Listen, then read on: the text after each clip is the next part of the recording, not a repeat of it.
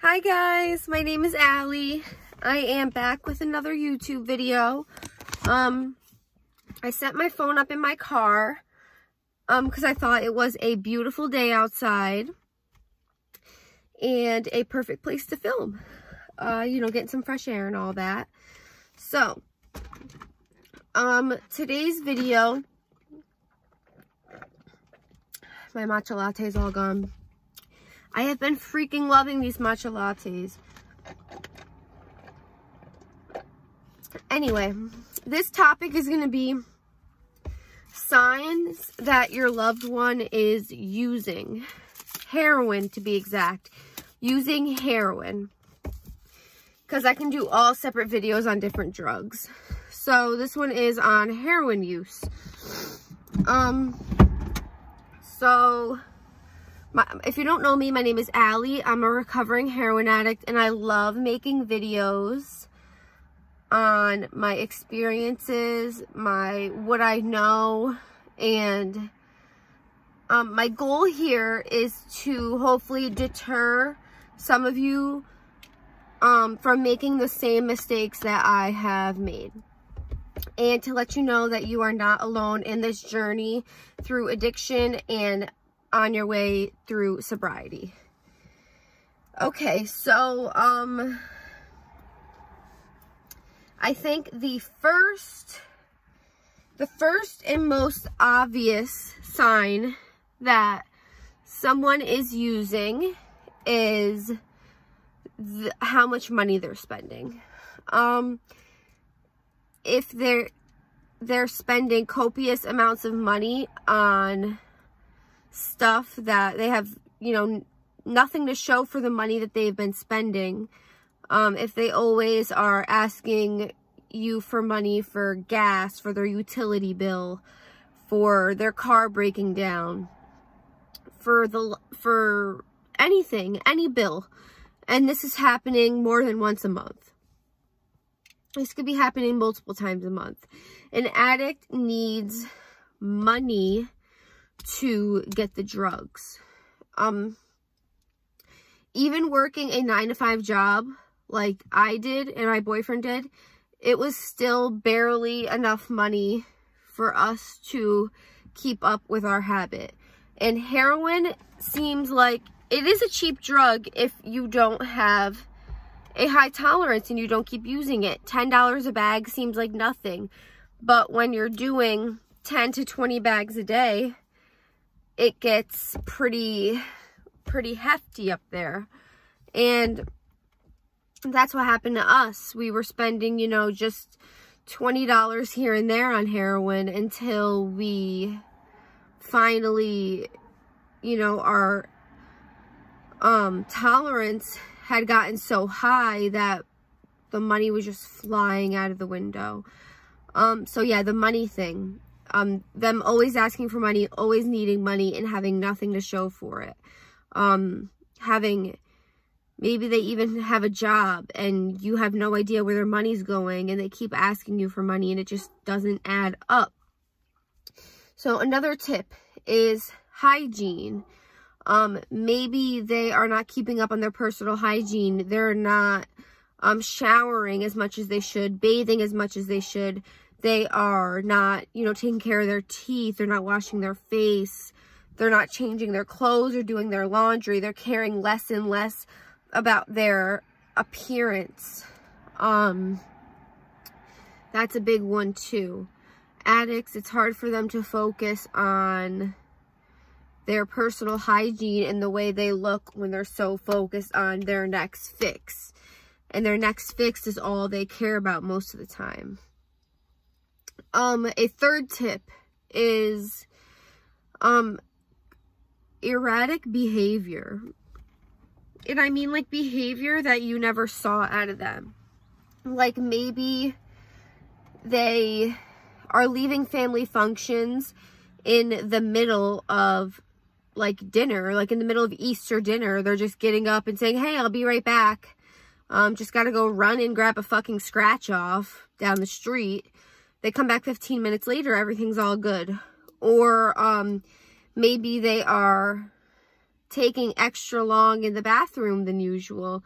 Maybe they're in the shower longer than usual. A lot of addicts will use their shower time or their bathing time to get high, and they actually won't shower at all. They'll just sit in the bathroom.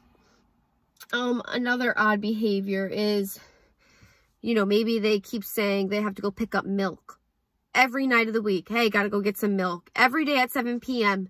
Hey, gotta go pick up some milk. Or, oh, gotta go grab a pack of cigarettes. Every day around the same time. Look for patterns. There's always a pattern. Usually addicts will meet their dealer around the same time every day. So look for that. Let me see. So another tip that somebody is using is actually physically seeing them nodding out. Physically seeing them falling asleep on themselves and then waking back up quick, like, you know, like the nodding thing. Physically seeing that. Physically seeing track marks. I'm sorry, guys, I can't talk. Track marks. Or seeing their nose all red and raw. There are many like signs like that, physical signs that you can look for in a user. Maybe always wearing long sleeve shirts, even in the summer. Always covering up, you know, their body. Another tip is not being able to hold a job. So if you are getting high and you are not getting enough sleep, you cannot get up in the morning to go to work. You cannot hold a job. Sometimes you're too sick to even get out of bed for your job. Sometimes you're so stuck in your addiction that you just don't give a fuck about working anymore. And that way, and you lose your job because of it. So that maybe another sign would be jumping from one job to the next. Because I know employers, sometimes they catch on to that stuff. Another sign could be, let's see, a totally changed personality. I know when I was using, I became very introverted, less talkative. I hid a lot of things from my partner, from my family. And since I was hiding a lot of things from them, I didn't have much to talk about because I was scared that I was going to overstep a lie or overstep something, and I might leak out one of my secrets about my use. You know what I mean? Something might slip out that I didn't mean to slip out, and then it might start a whole conversation, or, you know, my big secret might be out. So they might be very closed in on themselves, not talking too much. They may seem like that they're in a different world of their own, which I was a lot of the time. It may seem like that they don't want to talk, or they don't know how to talk. Another clue as to if someone's using is they are not having sex as often. Heroin kills your sex drive. You do not, after the first, you know, euphoria of using heroin, you no longer, at first sex is amazing on heroin, but after constant use, it just dampens your sex drive and you don't ever want to have sex at all. What's another tip? Another tip is weight loss, not eating properly, not drinking water. Like I said, not taking care of your body. When I was on heroin, I lost a lot of weight. I was very skinny. And now that I'm clean, I am getting so freaking big and fat. And I'm so self-conscious because I'm so used to being little and tiny and starving myself. That's what I did when I used heroin. I was so used to starving because half the time we didn't even have food in our fridge. And it's just a lot. So yeah, weight loss is a big one. It's a big one too. What else? What's another sign? Another sign is if this person was on Percocets or, you know, oxycodone, hydrocodone, they were on those pills because of an injury. Or they were just, recreationally using those pills and then all of a sudden they stop. They could have switched to heroin because heroin is a cheaper, stronger version of those pills. That could be another sign. There are so many other signs. I know people who have, you know, nodded out and crashed their cars because they have nodded out and they have used other things as an excuse as to why they crashed. But the real reason why they crashed was because they fell asleep while driving. Another tip could be they show no empathy towards things that they usually would. They seem careless. They seem like an empty vessel. Like an empty vessel. They have no soul left, no heart, no care, no passion, no empathy. That is all gone. And that is one of the damaging effects of heroin. It makes you feel very hopeless. Makes you feel like the world is a very cold, bleak place. And you start to lose hope and feel that way. So, that is another tip.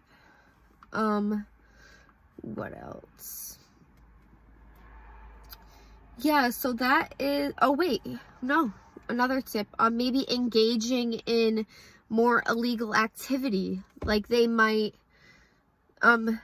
steal from their parents' house. They might steal expensive items from their parents' house, raid their parents' money in the house. You try to steal credit cards, break into other people's houses that they know have nice stuff and steal out of their house, steal from their own friends, steal their own friends' credit cards, their own friends' money, and help them. They might even help their friend look for the same thing that they just stole.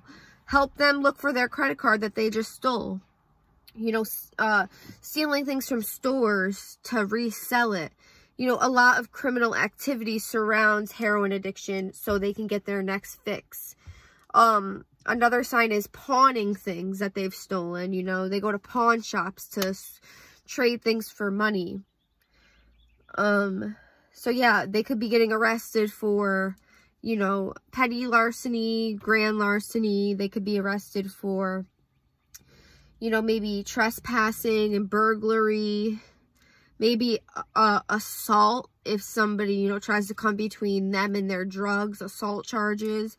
A lot of other charges come when you're addicted to heroin. What else? What is another sign? Being very codependent on other people, being very codependent on a partner or their parents, being codependent on people who enable them, and being very manipulative when the people who are enabling them stop trying to enable them because they want to save them. The addict gets angry and tries to make the enabler feel guilty for not helping them and not being there for them. So that's also one of the signs as well. Isolation. Isolation is another one. A lot of addicts want to be alone, so nobody will come between them and their drug. They won't bother them. They won't tell them, hey, no, you shouldn't be doing that. Or, hey, you're really hurting my feelings by using this drug. Or, hey, I'm really worried about you. Addicts don't want to hear that. They just want to be with their drug and be alone. So they might isolate themselves so they don't have to deal with that guilt or deal with that conversation that might pop up at family events or having friends over, or, you know, the conversations that come up when you're with people. A lot of addicts don't want to deal with. A lot of addicts are ashamed of themselves, so they tend to isolate. I know I isolated myself a lot. There are so many signs. I can go on for days. So I'm going to make this part 1. This is part 1 of signs of a loved one using heroin. So that's it for my tips. By the way, guys, look.